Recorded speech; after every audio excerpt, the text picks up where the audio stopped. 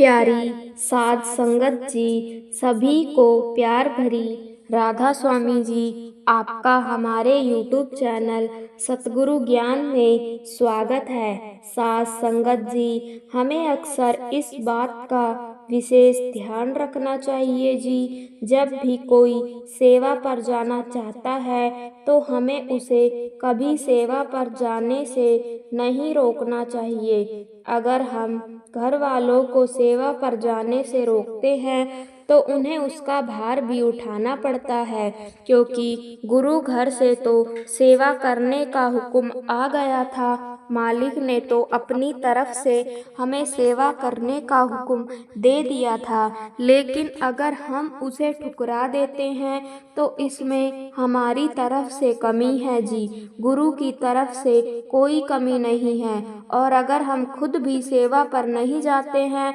और अपने घर वालों में से किसी को भी सेवा पर जाने से रोकते हैं, यानी उन्हें भी सेवा पर जाने से रोकते हैं, तो उसका भार हमें चुकाना पड़ता है, क्योंकि गुरु घर की सेवा ऐसे ही किसी को नहीं मिल जाती है। जिनके बहुत अच्छे कर्म होते हैं, जिन्होंने कुछ न कुछ कमाई की होती है, वह सतगुरु वह कुल मालिक उस अभ्यासी को ही सेवा करने का हुक्म देता है।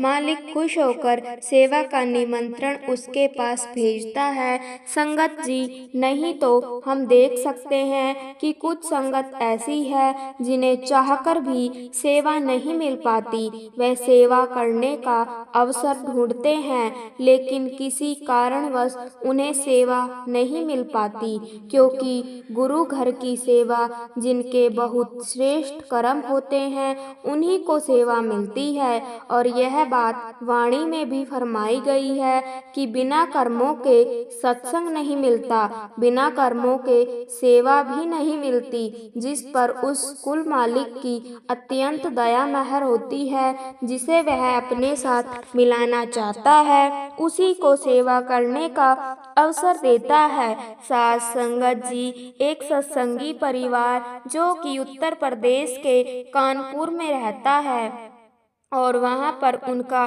कपड़े का कारोबार है। उनका बिजनेस बहुत अच्छा चल रहा है, लेकिन कुछ वर्ष पहले उनका बिजनेस ठीक ठाक था। हम कह सकते हैं ना ही इतना बड़ा और ना ही इतना छोटा था, लेकिन फिर भी उस समय उन्हें किसी चीज़ की कमी भी नहीं हुई थी। उनका बिजनेस अच्छा चलता था। वह उस समय सेवा का कोई अवसर भी नहीं छोड़ते थे। हफ्ते में एक बार गुरु घर की सेवा जरूर लगाते थे और उनका सेवा की तरफ ध्यान था, और उस समय उन्हें नामदान की बख्शिश भी हुई थी। उसके बाद उन्होंने रूहानियत की तरफ ध्यान देना शुरू कर दिया था। वह सेवा पर जाने लगे थे तो ऐसे ही धीरे धीरे उनका बिजनेस भी अच्छा चलने लगा। पहले उनकी वहाँ पर एक दुकान थी, लेकिन सतगुरु के दया महर से उन्होंने अपनी दूसरी दुकान भी वहाँ पर खड़ी कर ली, और ऐसे ही सतगुरु की कृपा से उनकी वहाँ पर 4 दुकानें हो गई। मालिक की उन पर बहुत कृपा हो गई। तो साध संगत जी, जब इस संसार में हमारे पास जरूरत से ज़्यादा चीज़ें हमें मिल जाती है, तो हमारा ध्यान अपने आप ही परमार्थ से हट जाता है और हम इस संसार की मोह माया में पड़ जाते हैं। उसमें इतना व्यस्त हो जाते हैं कि तब हमारे पास मालिक के लिए समय ही नहीं निकल पाता और हमारा ध्यान उस तरफ से हट जाता है। साध संगत जी, ऐसा ही उनके साथ भी हुआ। जब उनका बिजनेस अच्छा चल पड़ा, जहाँ पर वह हफ्ते में एक सेवा जरूर लगाते थे, अब वह महीने में एक बार जाने लगे। जैसे जैसे उनका बिजनेस बढ़ता गया, उनका ध्यान परमार्थ की तरफ से कम होता गया। तो एक समय ऐसा भी आया जब उन्होंने सेवा पर जाना ही बंद कर दिया, और जब उनसे पूछा गया कि आप सेवा पर क्यों नहीं आते, तो उस समय यही जवाब दिया कि अब बिजनेस से ही फुर्सत नहीं मिल पाती, काम ही इतना होता है कि चाहकर भी मैं सेवा के लिए समय नहीं निकाल पाता। तो जब उन्होंने सेवा पर जाना बंद कर दिया तो एक दिन उनके घर कुछ सत्संगी सेवादार सेवा के लिए कहने आए कि हमारे सत्संग घर से डेरे सेवा जा रही है, आपके परिवार से भी किसी न किसी को हमारे साथ चलना पड़ेगा, क्योंकि सेवादारों की कमी हो गई है। तो आपको भी अपना नाम सेवा की सूची में लिखाना होगा। लेकिन उन्होंने उस समय ही जवाब दे दिया। लेकिन उस परिवार में उस सत्संगी की पत्नी कहती है कि मैं सेवा पर चली जाती हूँ, बहुत दिन हो गए हैं मैं सेवा पर नहीं पहुँच पाई हूँ, मेरा सेवा व सतगुरु के दर्शनों का बहुत मन कर रहा है। परंतु सत्संगी ने अपनी पत्नी को भी सेवा पर जाने से मना कर दिया, क्योंकि उन्हें अब उनकी 5 दुकानों को भी देखना पड़ता था, तो किसी न किसी दुकान को पर बैठना भी पड़ता था, जैसे कि घर में सभी की ड्यूटी लग गई हो, इतने से इतने बजे तक आपको दुकान पर बैठना है और काम करना है। इसी कारण उसने अपनी पत्नी को सेवा पर जाने से रोका और काम पर ध्यान देने को कहा। जब वह अपने पति के कहने पर सेवा पर नहीं गई तो उसे इस बात का बहुत दुख हुआ और सोचने लगी कि पहले मैं सेवा पर जाया करती थी, संगत के साथ मिलकर सेवा किया करती थी, कितना आनंद आता था, लेकिन जब से इस काम में पड़ी हूँ तब से मुझे ना तो अपने लिए ही समय मिल पा रहा है और ना ही सेवा के लिए जा पाती हूँ। तो उसके अंदर एक रोष पैदा हो गया और वह अंदर ही अंदर सतगुरु से अरदास कर रही थी कि मुझ पर भी कृपा करो, मेरे पातशाह मुझे भी अपनी सेवा में शामिल करे। ऐसे ही वह उदास और अपने पति से नाराज भी थी, क्योंकि उसने उसको सेवा पर जाने नहीं दिया। तो उसके कुछ दिनों के बाद उन्हें एक बड़ा ऑर्डर मिलता है और वह बहुत खुश हो जाते हैं, क्योंकि उसमें उनका बहुत बड़ा मुनाफा होना था। लेकिन ऐसा हो नहीं पाता है, क्योंकि जिन्होंने उन्हें ऑर्डर दिया होता है वह उसको कैंसिल कर देते हैं और किसी दूसरी पार्टी को वह ऑर्डर दे देते हैं। और जब वह इसकी बात उनसे करते हैं तो वह इसकी कोई खास वजह भी नहीं बताते और ऑर्डर कैंसिल कर किसी दूसरे को दे देते हैं। अब अपने साथ ऐसा हुआ देखकर वह दुखी होते हैं कि इतना बड़ा ऑर्डर मिला था और कैंसिल हो गया, ऐसा कैसे हो गया, ऐसा तो हमारे साथ कभी नहीं हुआ। लोग हम पर विश्वास करते हैं। संगत जी, वह सत्संगी जिसकी दुकानें होती है वह परेशान हो जाता है और दुखी होकर घर लौटता है। जब उसकी पत्नी उसे परेशान देखती है तो वह अपने पति के पास जाकर बैठ जाती है और उसकी परेशानी का कारण पूछती है।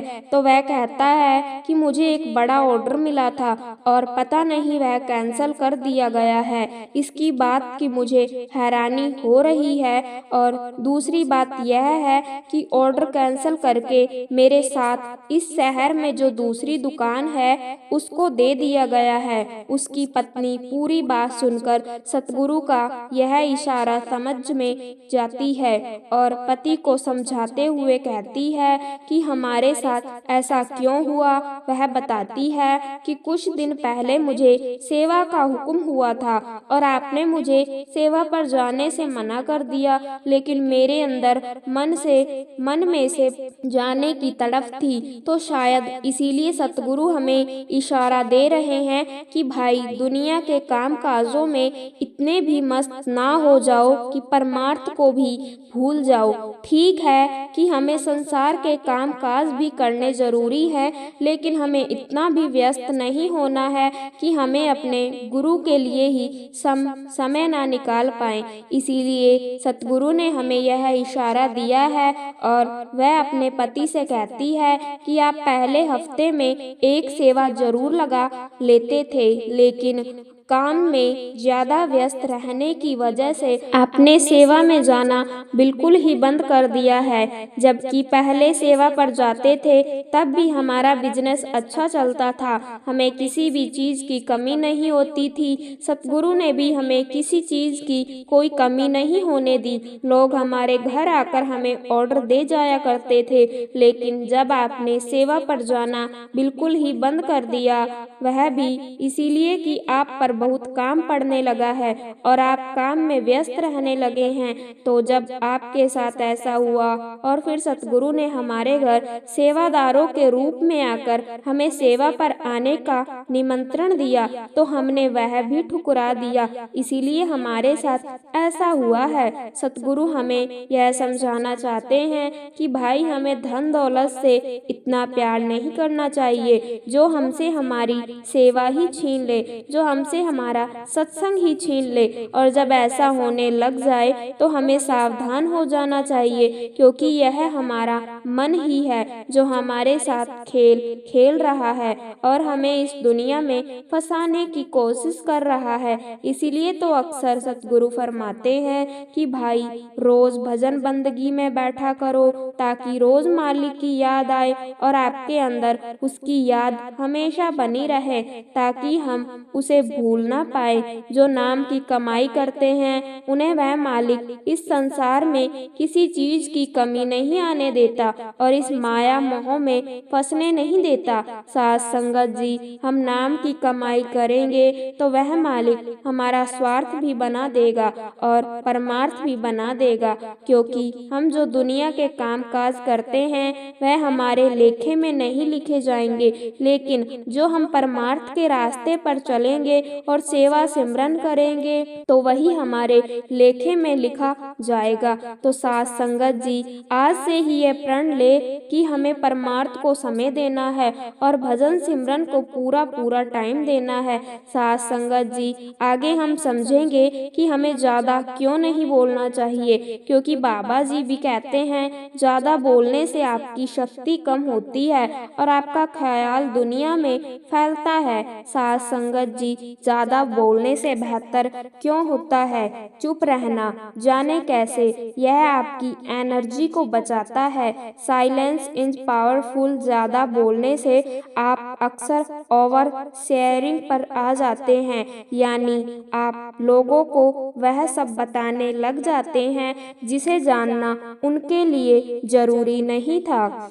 ओवर शेयरिंग से आप अपनी एनर्जी लीक करते हैं। यही कारण है कि मौन का खास महत्व है।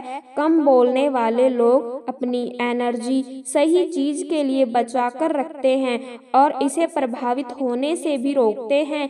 आपने अक्सर बड़े और ज्ञानी लोगों को देखा होगा कि वह कम बोलते हैं लेकिन बेहद नपा तोला और प्रभावशाली बोलते हैं, क्योंकि उन्हें पता है कि एनर्जी कैसे काम करती है और इसे कहाँ बचाया जा सकता है। जो लोग वाकई में सफल होते हैं, ज्ञानी होते हैं, वह ढिंडोरा नहीं पीटते।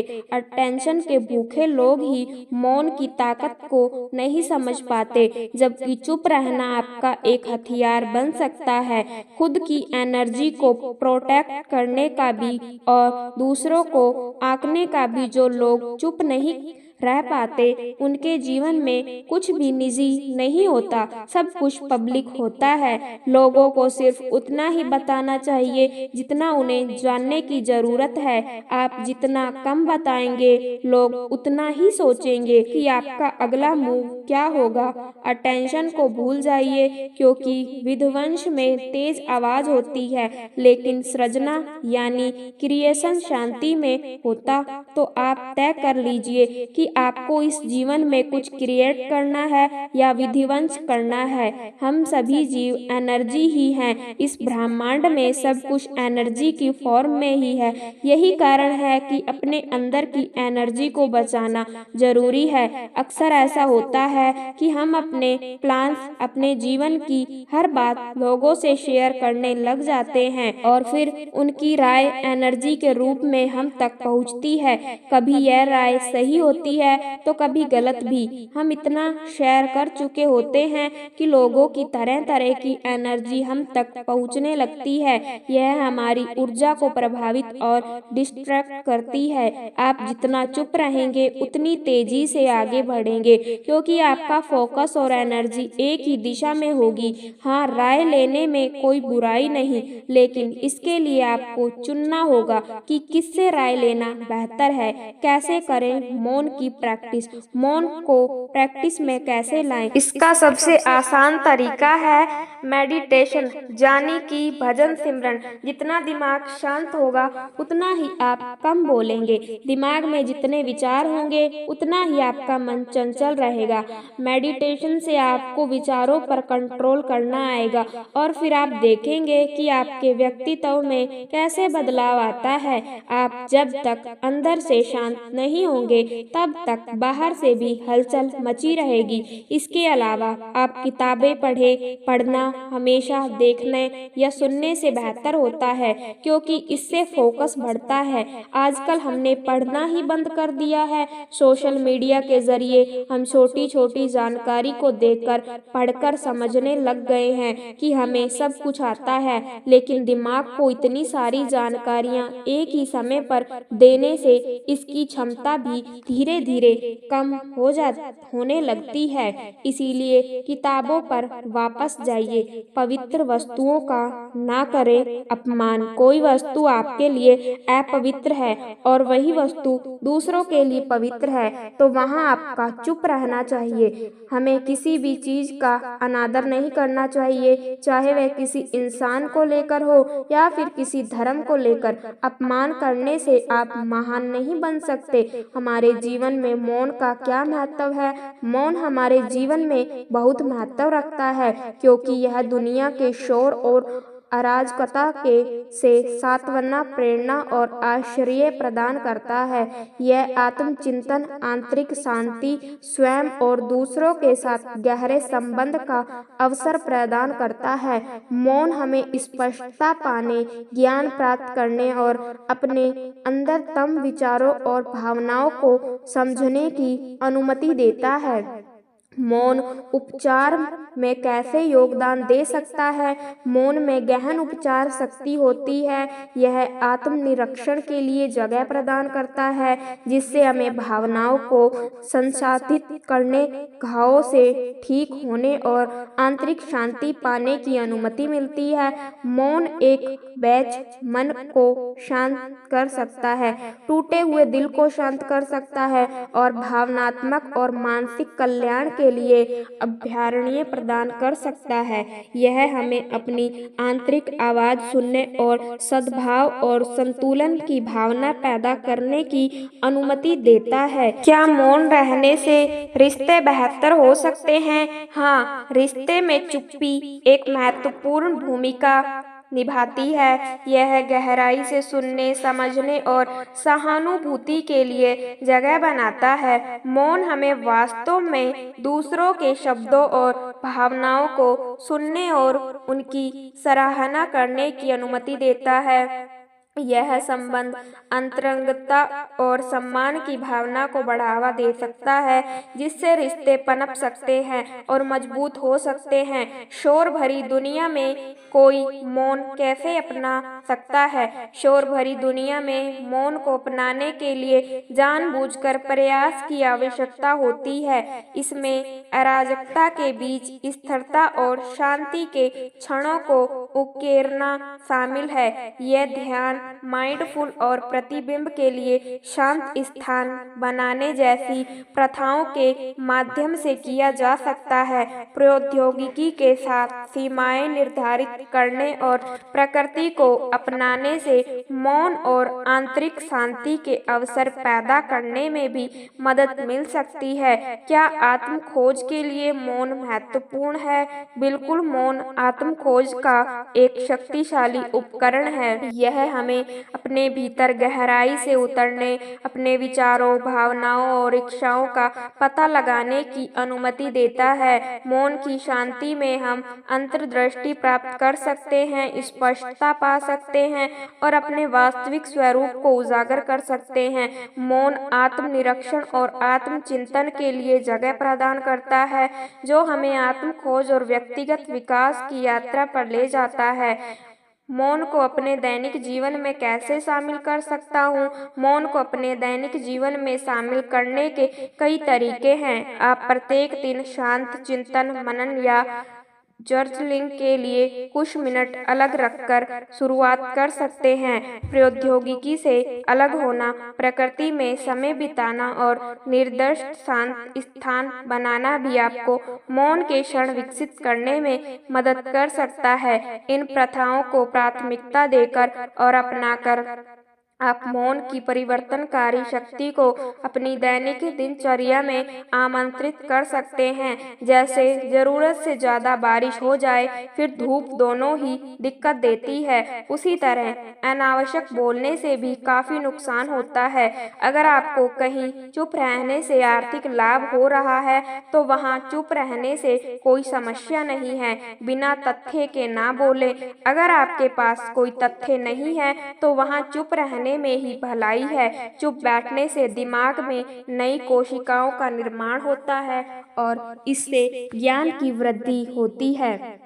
बोलने में भलाई वही है जहां आपको किसी चीज के बारे में पूरा ज्ञान हो, शब्दों से ना पहुँचे ठेस। अगर आपके शब्द किसी को मानसिक ठेस पहुंचा रहे हैं, तो वहां चुप हो जाना चाहिए। कमजोर व्यक्ति के बारे में कुछ भी बोलकर आप महान नहीं बन सकते। महान आप किसी कमजोर का साथ देने में बनेंगे। क्रोध में रहे। चुप रहना आदर या सम्मान देने की निशानी होती है। इससे ना कोई छोटा होता है और ना ही बड़ा। अगर आपको क्रोध आ रहा है, तो आप या तो वहां से किसी का अनादर किए बिना चले जाएं, या फिर चुप रहें। क्रोध करने से आपके रिश्ते खराब होंगे। क्रोध करने से हमेशा क्रोध करने वाले व्यक्ति का ही बुरा होता है। मुद्दे से आपका कोई संबंध ना हो।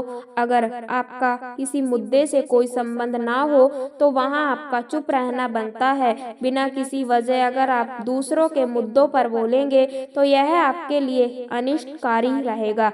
इसमें केवल और केवल आपका ही नुकसान है। शब्दों से किसी मित्र को हो हानि। अगर आपके शब्द सामने वाले के परिवार या फिर मित्र की प्रतिष्ठा के बारे में बुरी झलक दिखा रहे हैं, तो वहां आपको चुप रहना चाहिए। किसी के परिवार या फिर मित्र के बारे में बुरा बोलने से केवल आप ही बुरे बनेंगे। जो चीज आसानी से खत्म की जा सकती है, उसे अपने शब्दों से बड़ा ना करें। अगर आप बिना चिल्लाए कोई बात नहीं कह सकते, तो वहां आपका चुप रहने में ही भलाई है। किसी पर चिल्लाने से आपके व्यवहार के बारे में पता चलता है।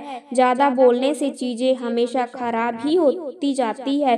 किसी के बारे में ना बोले। नीति शास्त्र के अनुसार जो अपने मुंह को बंद रखता है और बुद्धि से काम करता है, वही इंसान समझदार होता है। बिना जरूरत के बोलना, किसी के बारे में बोलना, किसी के बीच में बोलना, यह गलत है। कभी कभी हमारे लिए बुद्धिमानी इसी में होती है कि हम अपना मुंह गलत जगह ना खोलें और चुप रहें। कभी कभी दोस्तों के साथ जब हम मजाक करते हैं, तो ध्यान रहे कि आपके शब्दों में किसी का अनादर ना हो। मजाक को भी हमेशा शब्दों के मायने में ही रखें। जहाँ किसी को शब्दों से चोट लगे, वहाँ चुप हो जाएं। ज्यादा बोलने से हमेशा नुकसान होता है। किसी और की प्रतिष्ठा को ना पहुँचाएं हानि। यदि आपके शब्दों से किसी और की प्रतिष्ठा को ठेस पहुँच रही है, तो वहाँ आपको चुप हो जाना चाहिए। जब कोई व्यक्ति आपके सामने नहीं है, तो आप उस व्यक्ति के बारे में बुरे शब्द किसी तीसरे व्यक्ति के सामने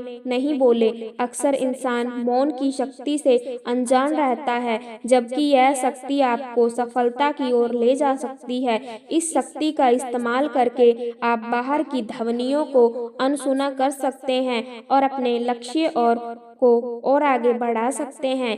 कुछ लोगों के लिए चुप्पी असहज और डरावना अनुभव है, लेकिन आप अपना नजरिया बदल कर देखिए। आपको एहसास होगा कि चुप्पी में आप अपने अंदर की आवाज सुन पाते हैं और अपने लक्ष्य की ओर ध्यान केंद्रित कर सकते हैं। चुप रहना एक ऐसी शक्ति है जिसकी सहायता से हम किसी बात को गहराई से समझ सकते हैं और अपनी कार्य में ऊर्जा बढ़ा सकते हैं। क्या आपको मालूम है कि जब हम चुप रहते हैं तब हम अच्छे से निर्णय ले पाते हैं और हम अपना ध्यान अपने लक्ष्य पर लगा पाते हैं। आपने खुद भी महसूस किया होगा, जब कभी भी आप शांत रहते हैं तो उस समय आपको निर्णय लेने में ज्यादा दिक्कत नहीं होती होगी। आजकल के तनाव भरे माहौल में हर किसी को अपनी आत्मिक शक्ति इस्तेमाल करने में दिक्कत हो रही है। यदि आप आध्यात्मिक शक्ति इस्तेमाल करना चाहते हैं तो सबसे बड़ी शक्ति जो है चुप्पी, इसका इस्तेमाल करना सीखें। जरूरी नहीं है कि हर वक्त हम बोलकर ही अपना काम कर सकते हैं। कुछ निर्णय आप शांत रहकर भी अच्छे से ले पाएंगे। अक्सर आपने देखा होगा, जो भी आज महान हस्ती है वह बोलते कम और कार्य ज्यादा करते हैं। इसका मुख्य कारण यह है कि वह अपने आसपास शांति बनाए रखते हैं, जिसकी वजह से वह अपने लक्ष्य पर ध्यान दे पाते हैं और सफल व्यक्ति बन जाते हैं। जो लोग नकारात्मक विचार रखते हैं वहाँ अक्सर छोटी सी दिक्कत होने से भी परेशानी हो जाती है। वही दूसरी ओर जो लोग सकारात्मक विचार रखते हैं, जब कभी भी उनके सामने परेशानी आती है तो वहाँ चुप्पी की शक्ति का इस्तेमाल करते हुए अपनी समस्या का समाधान निकाल लेते हैं। इसी वजह से वह जीवन में हमेशा सफलता की सीढ़ियां चढ़ते जाते हैं और अपना नाम इस जग में बना देते हैं। चुप्पी की शक्ति का इस्तेमाल करके आप किसी की दिल की बात भी जान सकते हैं और अपना नाता भगवान के साथ भी जोड़ सकते हैं। मौन का मतलब चुप्पी जरूर है, लेकिन इसका मतलब यह नहीं है कि आप हमेशा ही शांत रहेंगे। जब व्यक्ति को मालूम चल जाता है कि किस समय कितना बोलना उसके लिए उचित रहेगा, तो वह जीवन में कामयाब की ओर बढ़ता है। इसके विपरीत जब व्यक्ति को यह नहीं मालूम होता है कि कब कितना बोलना है उसके लिए उचित रहेगा, तो वह विपत्ति में फंस जाता है। इसीलिए सीखे कब कितना कहाँ बोलना उचित रहेगा।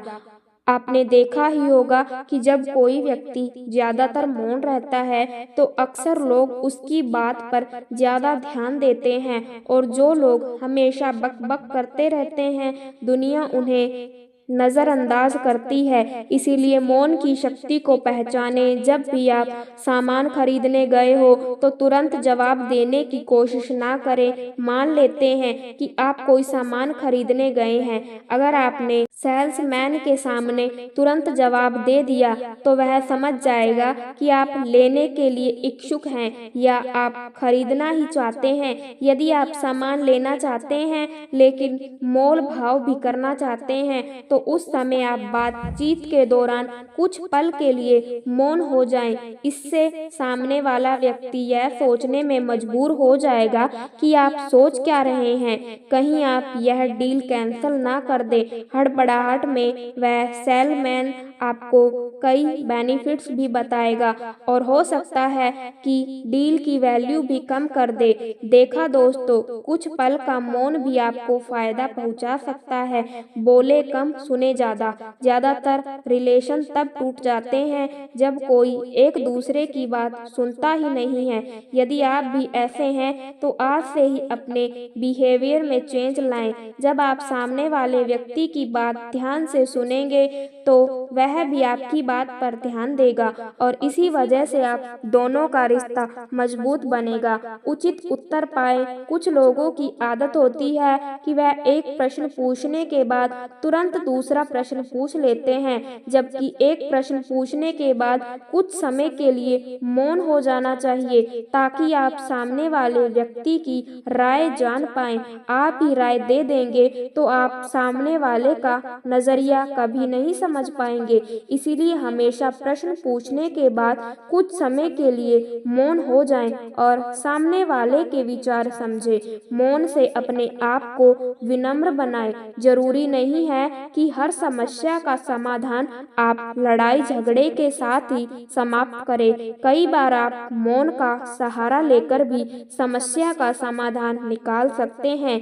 कई बार कुछ लोगों के लिए ना बोलना मुश्किल हो जाता है, इसलिए यदि आपको ना बोलने में तकलीफ है तो सामने वाले व्यक्ति की बात सुनने के बाद कुछ समय मौन हो जाएं। मानसिक शांति प्राप्त करने के लिए आपको चुप्पी की शक्ति को पहचानना होगा। जब कभी भी इंसान मौन का अनुभव करता है तो उसके सारे विचार जो उसे तंग कर रहे होते हैं कुछ पल के लिए शांत हो जाते हैं। आप स्वयं को मौका देते हैं खुद के साथ जुड़ने का, उस समय आपको मानसिक शांति मिलती है। अच्छी आत्म प्रतिष्ठा बनाए। चुप्पी की शक्ति जब आपको पता चल जाएगी तब आप इसका इस्तेमाल अपने दिनचर्या में करने लग जाएंगे। क्या आपको मालूम है आप पावर ऑफ साइलेंस का इस्तेमाल करके अपनी सेल्फ रेस्पेक्ट बढ़ा सकते हैं?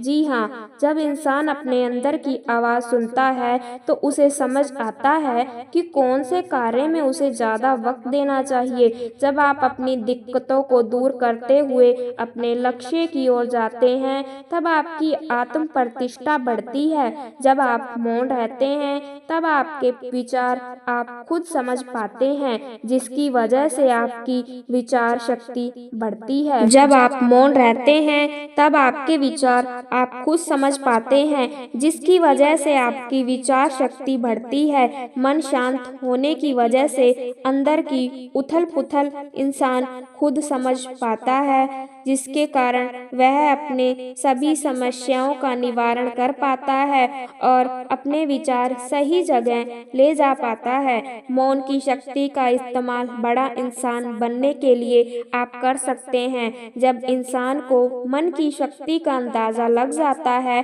तो वह बड़ी से बड़ी चुनौतियों का सामना कर सकता है और अपने जीवन में हर लक्ष्य को प्राप्त कर सकता है। मौन रहने से सबसे पहले तो लड़ाई झगड़े से बचेंगे। चुप रहेंगे तो बात नहीं बढ़ेगी। मान लीजिए दो लोगों की लड़ाई हो रही है और एक चुप हो जाए, भले ही नहीं तो क्या होगा, झगड़े से बचेंगे और हमारे संबंध अच्छे बनेंगे, बात बिगड़ेगी नहीं, हमारी रिलेशनशिप मजबूत होती है। लड़ेंगे तो संबंध हमेशा के लिए खराब ही हो जाएंगे। हमारी सेहत के लिए भी चुप रहना बहुत अच्छा है। एक रिसर्च से भी बात सामने आई है कि चुप रहकर हमारा दिमाग कई गुना बेहतर काम करता है और बोलने से हमारी एनर्जी कितनी वेस्ट होती है और हमारा ब्लड प्रेशर भी बढ़ जाता है, धड़कन तेज हो जाती है। हम इन सब से बचेंगे। उसी के साथ साथ हमारी सुनने की आदत इम्प्रूव होगी। हम जब बोलते हैं तो बोलते ही रहते हैं, जबकि हमारी कम्युनिकेशन स्किल में जरूरी होता है सुनना बहुत जरूरी होता है। तो हम सुनेंगे भी तो दूसरे पर अच्छा असर होगा कि देखो यह मेरी बात बहुत ध्यान से सुनता है, लोग हमें पसंद करेंगे। हम अपने लक्ष्य को पा सकते हैं, अपने सपने तक भी पहुंच सकते हैं। ज्यादा बोलकर हम अपने लक्ष्य की ओर केंद्रित नहीं हो पाते। कैसे? मेरी एक जानकार ने सभी को बोल दिया कि देख लेना मेरी बेटी तो डॉक्टर बनेगी। उनकी बेटी जहां भी जाती सभी यह बोलते, यह गई डॉक्टर साहिबा। उस लड़की के माँ में बहुत ज्यादा प्रेशर हो गया कि एग्जाम तो क्लियर करना ही पड़ेगा, अगर नहीं किया तो लोग क्या कहेंगे। अब उसके मन में तनाव ज्यादा था और वह चाहकर भी कंसंट्रेट नहीं कर पाई और वह एग्जाम क्लियर नहीं कर पाई और वहीं उसकी कजन पास हो गई। उसने कोई हल्ला नहीं मचाया, किसी को नहीं बताया, जो अगर वह चुप ही रहती, कुछ ना बोलती तो शायद उनकी लड़की भी पास हो जाती। वह कहते भी हैं ना, मेहनत इतनी खामोशी से करो कि सफलता शोर मचा दे। क्रिएटिविटी भी आती है। चुप रहकर मान लो कुछ समझ नहीं आ रहा हो तो बजाय इधर उधर बोलने के चुपचाप बैठ जाने से बहुत फर्क पड़ता है। जितना हम शांत होकर चुपचाप से अपने आप से बैठकर सोचेंगे उतने ही आइडियाज भी आएंगे और नए नए आइडिया भी आते हैं। वह कहते भी हैं कि लीव मी अलोन, समझदार भी बनते हैं। देखिए, अगर हम किसी से बहस किए जा रहे हैं, चुप नहीं हो रहे हो, क्या होगा? मजाक का कारण बनेगी और बात भी खराब होगी। और वहीं अगर हम चुप हो जाएंगे तो लोग यही कहेंगे कि अच्छा किया, कोई फायदा नहीं था बहस करने का, और चुप रहकर हमें सोचने का भी मौका मिलता है। कई बार बेवजह हम बोले ही चले जाते हैं, जबकि चुप रहकर हम खुद से आकलन कर सकते हैं कि क्या सही क्या गलत था। स्माइल और साइलेंस दो पावरफुल टूल्स हैं। स्माइल से बहुत प्रॉब्लम सोल्व हो जाती है और इन साइलेंस से बहुत प्रॉब्लम्स को अवॉइड कर सकते हैं। नेचर भी हमें यही सिखाते हैं कि साइलेंस, सूरज चमक रहा है, चांद सितारे चमक रहे हैं, धरती अपने स्थान पर टिकी हुई है, यह नेचर ही तो पल पल साइलेंट है, सब कुछ करती है लेकिन साइलेंट रहती है। कभी सूरज यह कहकर जतलाता नहीं कि देखो मैंने तुम्हें हिंट दी, मैंने तुम्हें एनर्जी दी, मैंने तुम्हें रोशनी दी, मेरी वजह से तुम्हारा जीवन है, मैं ना हूँ तो तुम मर जाओ, यह सूरज कभी नहीं कहता। हम लोग बोलते रहते हैं देखो मैंने तुम्हारे लिए ऐसा किया, मैंने तुम्हारे लिए वैसा किया। इस तरह से हम जतलाते रहते हैं, पर कुदरत कभी नहीं जतलाती। नेचर से हम यही चीज अपडेट करते हैं, हम भी इसी साइलेंस में जाने की कोशिश करते हैं। देखो, रात को हम नींद में क्या करते हैं? नींद भी एक ऐसी अवस्था है जहाँ पर हम सब कुछ छोड़ देते हैं और साइलेंस में उतर जाते हैं। अगर रात को भी आपके दिमाग में बहुत सारे विचार चल रहे हो, कोई टेंशन दिमाग में हो, तो आप देखते हैं कि नींद आनी मुश्किल हो जाती है, नींद नहीं आती। अनिद्रा की बीमारी जिसे कहते हैं, रात को नींद ना आना, उसका रूट कॉज यही है कि इतने ज्यादा विचार चल रहे हैं कि वह नींद के आने में बाधा डाल रहे हैं।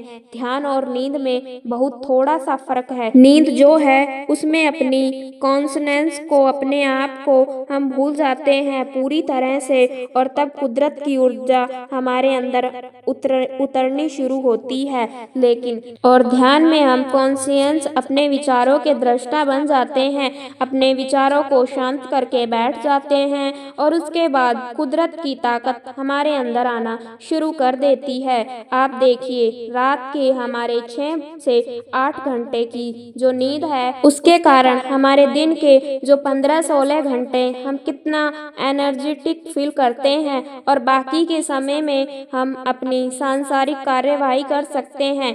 इसी प्रकार अगर हम थोड़ा समय अपने आप के साथ एंजॉय करना, मतलब अपने ध्यान में एंजॉय करना शुरू कर दे, जो कि कॉन्शियस हम बैठे और कॉन्शियस हम अपने विचारों को शांत कर पाएं, तो यह एक ऐसी पावरफुल स्टेट होगी जिसको नॉर्मली आप नींद में आप एंजॉय कर ही, नींद में आपको जितनी एनर्जी मिलती है, इस ध्यान से आपको कई गुना ज्यादा एनर्जी प्राप्त होगी। और उसके बाद एक बार एनर्जी आपको वह मिल जाए, you enjoy talking to everybody, you can distribute this energy. आपके संकल्प में एक शक्ति आनी शुरू हो जाती है, एक पावर आनी शुरू हो जाती है। दी पावर ऑफ साइलेंस, मौन की ताकत, यह आपको बहुत ताकत देती है, बहुत ज्यादा। तो दोस्तों, इसके लिए थोड़ी देर चुप रहने की प्रैक्टिस करनी है। कभी कभी दिन को भी इस प्रैक्टिस को बना के देखिए। जब आपके पास टाइम हो, सफर कर रहे हैं, जरूरी तो नहीं हर टाइम सोचते ही रहें, कुछ टाइम थॉट्स स्टेट को पाने की कोशिश करें, यानी केवल अपने विचारों के साक्षी बन जाएं, दृष्टा बन जाएं। उन विचारों से आपका कोई लेना देना नहीं है। विचार आ रहे हैं, जा रहे हैं, दूसरा आता है, तीसरा आता है, इस तरह आना जाना लगा रहता है, लेकिन आप केवल उनके दृष्टा बनते हो, देखते रहते हो, उनसे आपका कोई वास्ता नहीं है। कभी कभी मन किसी विचार को पकड़ने की कोशिश करता है तो आप हल्के से उसे झटक देते हो कि I don't need, I just need to observe, मेरा उससे कोई लेना देना नहीं है। And you come back to yourself, अपने ही श्वास के आने जाने को हम ऑब्जर्व करते हैं। इस अवस्था को विपश्यना मेडिटेशन कहते हैं। बहुत से लोग इसे साक्षी यानी विटनेस मेडिटेशन भी कहते हैं। बहुत सारे फॉर्म्स हैं, लेकिन हमें कंक्लूजन को पकड़ना है। वह है विचार शून्य अवस्था को पाना। वह आप जैसे भी करके पा सके। That will provide in great amount of energy। साध संगत जी, इसके द्वारा जो संकल्प शक्ति प्राप्त होती है, जो अंदर से ऊर्जा प्राप्त होती है, उसके द्वारा हम संसार के महान से महान कार्य कर सकते हैं। चुप रहना एक ऐसी शक्ति है जो हमें किसी भी बात को गहराई से समझने की और कम करने की और ऊर्जा देती है। चुप रहने से हमारा माइंड ज्यादा कम काम करने लगता है और हम ठीक समय पर सही निर्णय लेने में सक्षम होते हैं। यह हमारी आध्यात्मिक शक्ति का मुख्य स्रोत है, जो आजकल के समय में हमारे लिए बहुत ही मुश्किल है। यह हमारे मन को शांत करता है। शांत रहने से हम अंदर से यानी दिल से सच्ची खुशी का महसूस करते हैं, जिसका अंदाजा हम खुद भी नहीं लगा सकते। इससे हमारी संकल्प शक्ति भी बढ़ती है।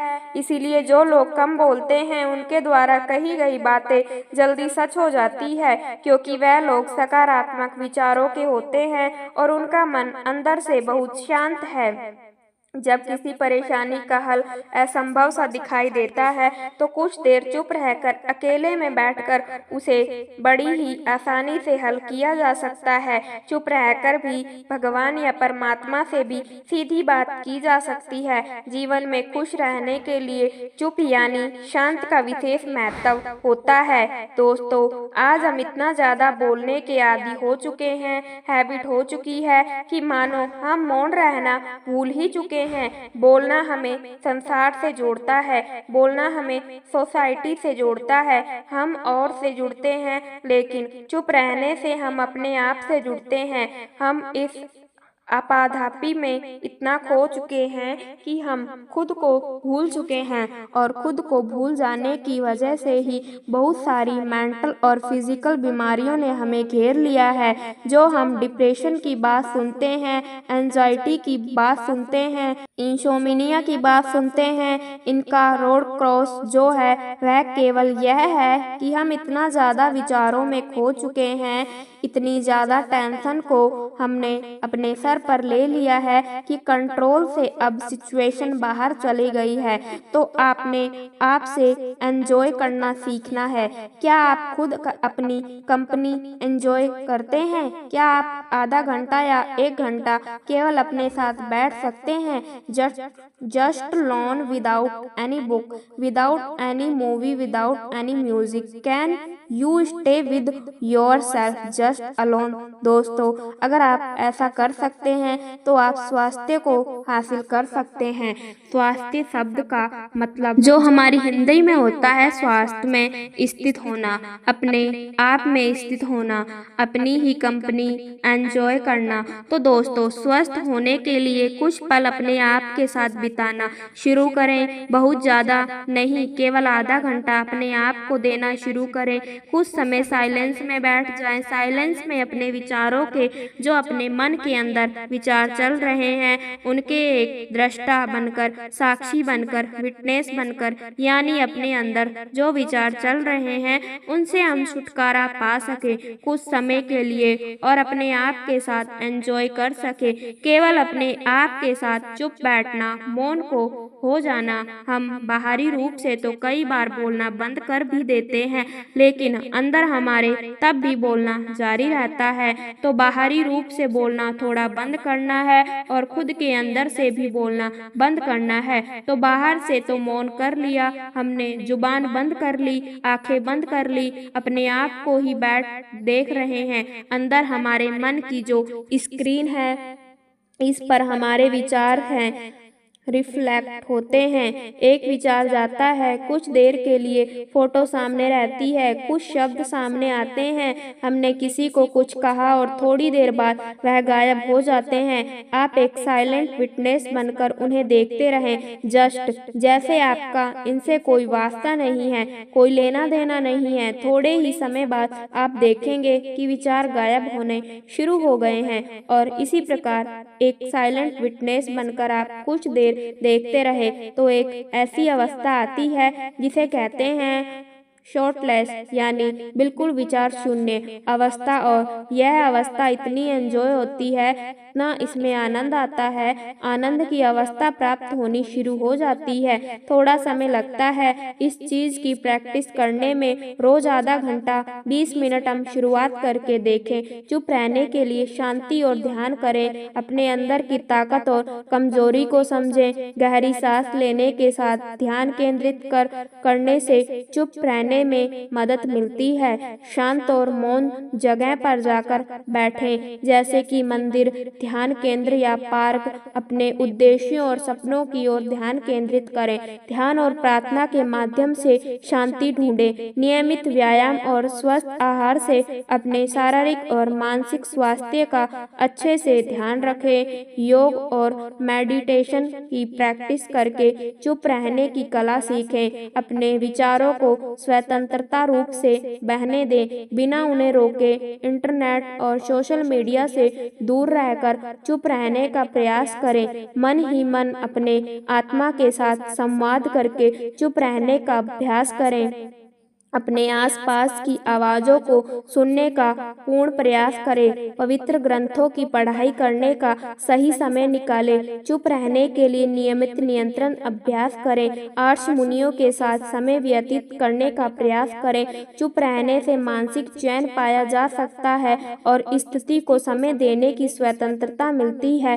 चुप रहकर व्यक्ति अपने विचारों को विचार करने का समय पा सकता है और ज्ञान बढ़ा सकता है। चुप रहने से व्यक्ति अधिक सुनने और समझने की क्षमता को विकसित कर सकता है, जिससे संवाद कौशल में सुधार कर सकता है। चुप रहने से मानसिक और भौतिक तंत्रिका शक्ति में सुधार हो सकता है। जब व्यक्ति चुप रहकर अपनी ऊर्जा को नियंत्रित करता है, चुप रहकर विचार करने के बाद व्यक्ति समस्याओं के समाधान के लिए नए दृष्टिकोण खोज सकता है। मानसिक तौर पर चुप रहने में स्ट्रेस कम हो सकता है, जिससे स्वास्थ्य को लाभ मिल सकता है। चुप रहकर व्यक्ति अपनी भावनाओं को बेहतर से समझ सकता है। चुप रहने से विचार सरलता से बढ़ सकता है और व्यक्ति को सही निर्णय लेने में मदद मिल सकती है। सुबह चुप रहकर ध्यान करने से मानसिक ताजगी और शांति मिलती है। चुप रहकर व्यक्ति संयम विकसित कर सकता है, जो उसे अपने जीवन में अधिक संयमित और सफल बना सकता है। मैं पूरे दिन चुप कैसे रह सकता हूँ? शांत रहने का अच्छा अभ्यास पाने का एक तरीका यह है कि आप एक ऐसा शौक खोजें जहां आपको शांत रहना पड़े और अधिक समय तक अकेले रह सके। आप कुछ ऐसा करने का प्रयास करें जिसके लिए आपको शांत रहना पड़े और जो कुछ भी आपके मन में हो उसे ना कहना पड़े। आप पूरे दिन चुप रहने के लिए ऐसे स्थान को चुना जहां पर आपके सिवा कोई ना हो, जैसे कि आपका बेडरूम, आपका प्राइवेट घर। यानी आप ऐसे स्थान को चुने जहां आप अकेले हो, आपके सामने या आसपास कोई ना हो, तो आप इस अवस्था में पूरे दिन चुप रह सकते हैं। कब चुप रहना चाहिए? जब बोलने को कहा ना जाए, जब अपने या अपनों की आत्मरक्षा की बात ना हो, जब कुछ गलत ना चल रहा हो तो चुप रहना चाहिए। जब आपको लगने लगे कि सामने वाला इंसान अभी बहुत गुस्से में है और आपकी किसी भी बात को सुनने की स्थिति में नहीं है, तब आपका चुप रहना ही सही है। बहुत चुप रहना क्योंकि ठीक नहीं है। हमारा अधिक समय तक चुप रहना जाने अनजाने में उस व्यक्ति का समर्थन बन जाता है और वह अपने आप को और अधिक शक्तिशाली अनुभव करने लगता है, जो आगे चलकर बड़े टकराव का कारण बन जाता है। चुप रहने के क्या परिणाम होते हैं? कुछ परिस्थितियों में चुप रहने से आपके मामले पर नकारात्मक प्रभाव पड़ सकता है। यह वह जगह है जहां आपकी चुप्पी अदालत को प्रतिकूल निष्कर्ष निकालने के लिए प्रेरित कर सकती है। मौन व्रत का भारतीय संस्कृति में बहुत महत्व है। शांत रहना आपके दिल के लिए बहुत फायदेमंद होता है। यदि आपको अपनी भावनाओं पर नियंत्रित नहीं है, जैसे आपको जल्दी गुस्सा आ जाता है या आप किसी छोटी सी बात पर रो देते हैं, तो आपका अपनी भावनाओं पर बिल्कुल नियंत्रण नहीं है।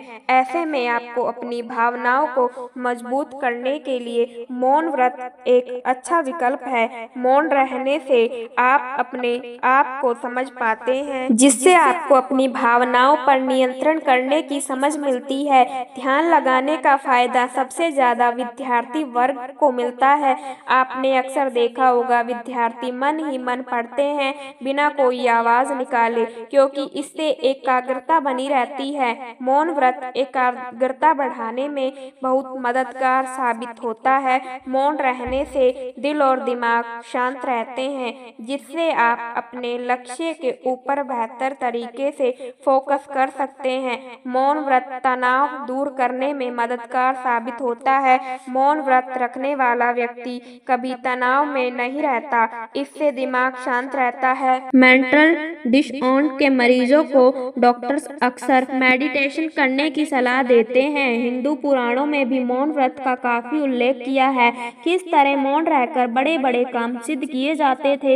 यदि आप भी आज की भागती दौड़ती जिंदगी में तनाव मुक्त रहना चाहते हैं, तो आज से ही मौन रहने की आदत डालें। एक मकड़ी अपना जाला बनाने उपयुक्त स्थान की तलाश में थी। वह चाहती थी कि उसका जाला ऐसे स्थान पर हो जहां ढेर सारे कीड़े मकोड़े और मक्खियां आकर फंसे। इस तरह वह मजे से खाते पीते और आराम करते अपना जीवन बिताना चाहती थी। उसे एक घर के कमरे का कोना पसंद आ गया और वह वहां जाला बनाने की तैयारी करने लगी। उसने जाला बुनना शुरू किया था कि वहां से गुजर रही एक बिल्ली उसे देख जोर जोर से हंसने लगी। मकड़ी ने जब बिल्ली से उसके हंसने का कारण पूछा, तो बिल्ली बोली, मैं तुम्हारी बेवकूफी पर हंस रही हूँ। तुम्हें दिखाई नहीं पड़ता कि यह स्थान कितना साफ सुथरा है। यहाँ ना कीड़े मकोड़े हैं, ना ही मक्खियाँ। तुम्हारे जाल में कौन फंसे? बिल्ली की बात सुनकर मकड़ी ने कमरे के उस कोने में जाला बनाने का विचार त्याग दिया और दूसरे स्थान की तलाश करने लगी। उसने घर के बरामदे से लगी एक खिड़की देखी और वह वहां जाल बुनने लगी। उसने आधा जाला बुनकर तैयार कर लिया था, तभी एक चिड़िया वहां आई और उसका मजाक उड़ाने लगी। अरे तुम्हारा दिमाग खराब हो गया है क्या, जो इस खिड़की पर जाल बुन रही हो? तेज हवा चलेगी और तुम्हारा जाला उड़ जाएगा। मकड़ी को चिड़िया की बात सही लगी। उसने तुरंत खिड़की पर जाला बुनना बंद किया और दूसरा स्थान ढूंढने लगी। ढूंढते ढूंढते उसकी नजर एक पुरानी अलमारी पर पड़ी। उस अलमारी का दरवाजा थोड़ा खुला हुआ था। वह वहां जाकर जाला बुनने लगी। तभी एक कॉकरोच वहां आया और उसे सलाह देते हुए बोला, इस स्थान पर जाला बनाना व्यर्थ है। यह अलमारी बहुत पुरानी हो चुकी है। कुछ ही दिनों में इसे बेच दिया जाएगा। तुम्हारी सारी मेहनत बेकार चली जाएगी। मकड़ी ने कॉकरोच की समझाइश मान ली और अलमारी में जाला बनाना बंद कर दिया। दूसरे स्थान की खोज करने लगी, लेकिन इन सब के बीच पूरा दिन निकल चुका था। वह थक गई थी और भूख प्यास से उसका हाल बेहाल हो चुका था। अब उसमें इतनी हिम्मत नहीं रह गई थी कि वह जाला बना सके। थक हार कर वह एक स्थान पर बैठ गई। वहीं एक चींटी भी बैठी हुई थी। थकी हारी मकड़ी को देख चींटी बोली, मैं तुम्हें सुबह से देख रही हूँ। तुम जाला बुनना शुरू करती हो और दूसरों की बातों में आकर उसे अधूरा छोड़ देती हो। जो दूसरों की बातों में आता है उसका तुम्हारे जैसा ही हाल होता है। चींटी की बात सुनकर मकड़ी को अपनी गलती का एहसास हुआ और वह पछताने लगी। अक्सर ऐसा होता है कि हम नया काम शुरू करते हैं और नकारात्मक मानसिकता के लोग आकर हमें हतोत्साहित करने लगते हैं। वह भविष्य की परेशानियां और समस्याएं गिनाकर हमारा हौसला तोड़ते हैं कि कोशिश करते हैं। कई बार हम उनकी बातों में आकर अपना काम उस स्थिति में छोड़ देते हैं जब वह पूरा होने की कगार पर होता है और बाद में समय निकल जाने पर हम पछताते रह जाते हैं। आवश्यकता है कि जब भी हम कोई नया काम शुरू करें तो पूर्ण सोच विचार कर करें और उसके बाद आत्मविश्वास और दृढ़ निश्चय के साथ उस काम पर जुट जाए। काम अवश्य पूरा होगा। जीवन में सफलता प्राप्त करनी है तो लक्ष्य के प्रति ऐसा ही दृष्टिकोण रखना होगा और दूसरों की बातों पर ध्यान नहीं देना है। साथ संगत जी, आज का वीडियो यही समाप्त होता है। ऐसे ही रूहानी सत्संग साखियाँ सुनने के लिए चैनल को सब्सक्राइब जरूर करें जी और कमेंट में राधा स्वामी जरूर लिखें जी। आप सभी को प्यार भरी राधा स्वामी जी।